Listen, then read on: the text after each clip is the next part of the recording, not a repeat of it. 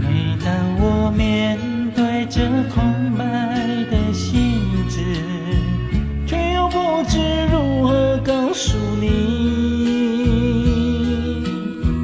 再一次拿起了放下的笔，总不能顺利写下去。不知道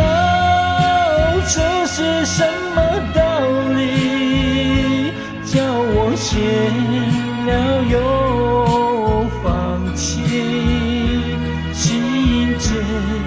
再次变成纸团，慢慢地装在纸篓里。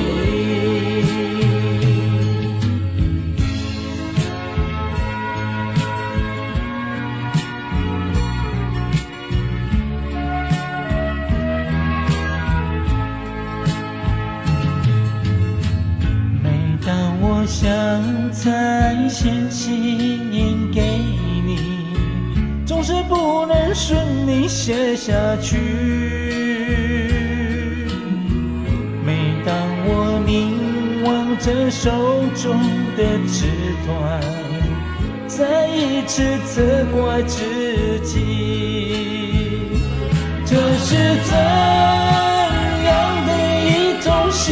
情，叫我写了又放弃，是一个矛盾的难题，谁叫我安然地恋着你。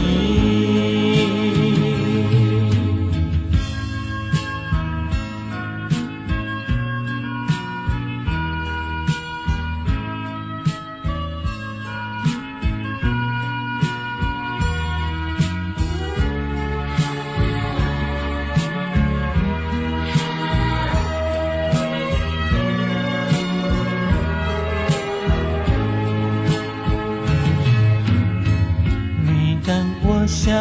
再写信给你，总是不能顺利写下去。每当我凝望着手中的纸团，再一次责怪自己，这是怎样的一种心情，叫我写